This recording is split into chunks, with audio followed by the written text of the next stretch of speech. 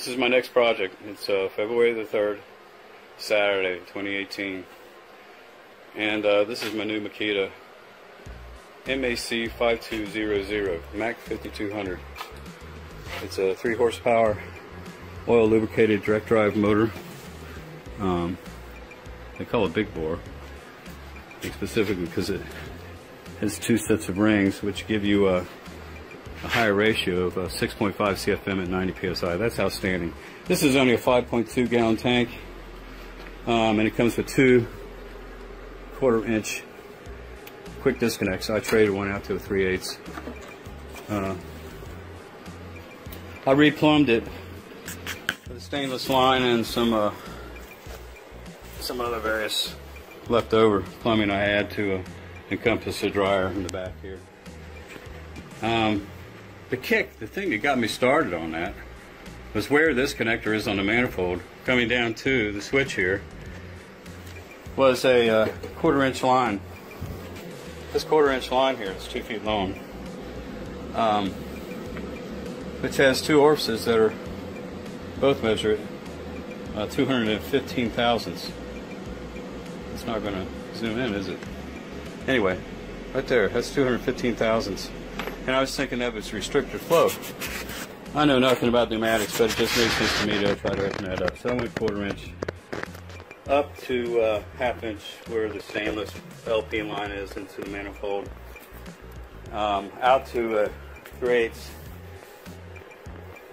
line to my half drive impact wrench. That didn't work as well as I thought it was going to work,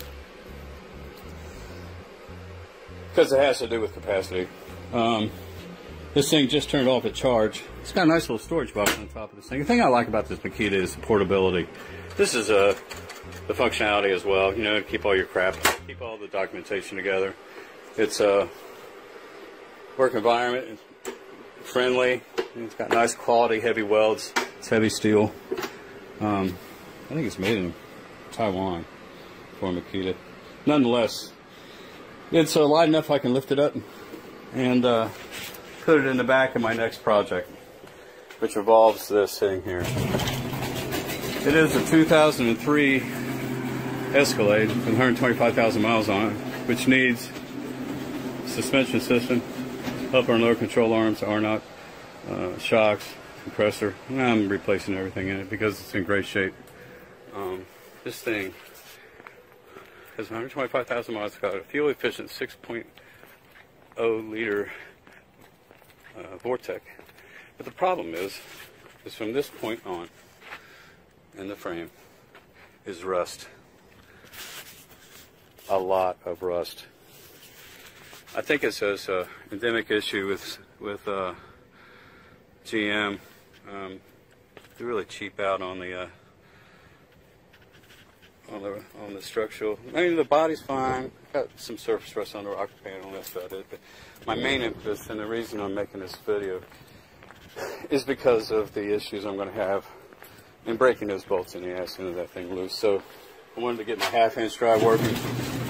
My 20-gallon speed air I put on Craigslist yesterday. You can see I've got a detached garage. This thing here is 230 volts.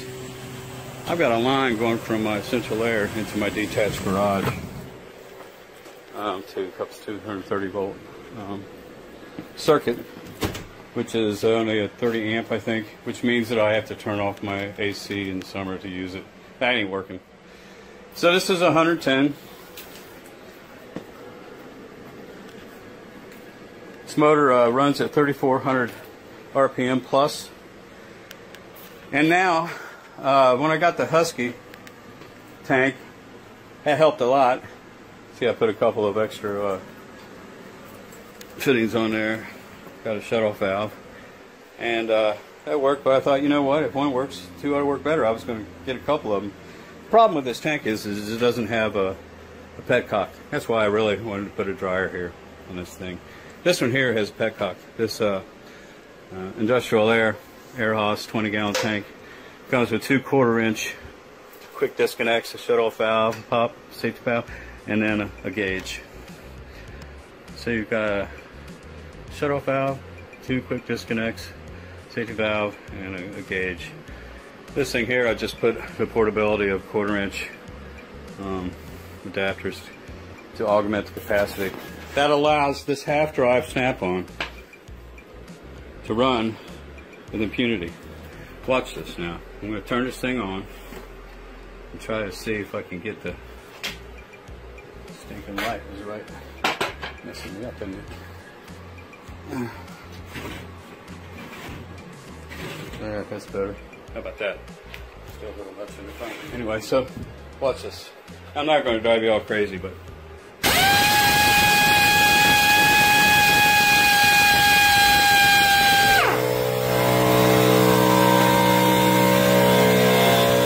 that's about in the order of times 5 better than it was. Let me put a 1/4 inch adapter on this 3/8. As soon as it gets on charging, I'll show you what a 3/8 drive will do. This. It takes a little time for it to charge up. Charges up to 140 psi and recharges at 110. I've got the regulator turned up to fill my tank. Ideally, we're supposed to run these guns at 90 psi, but for purposes of this video, I wanted to run about say 140 to start off there.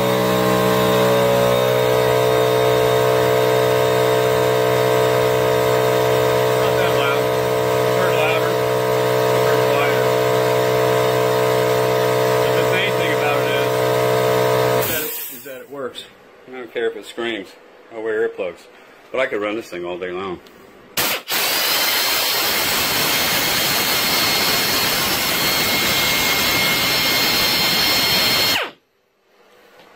Didn't mean to blow your ears out like that, but I think the point's made.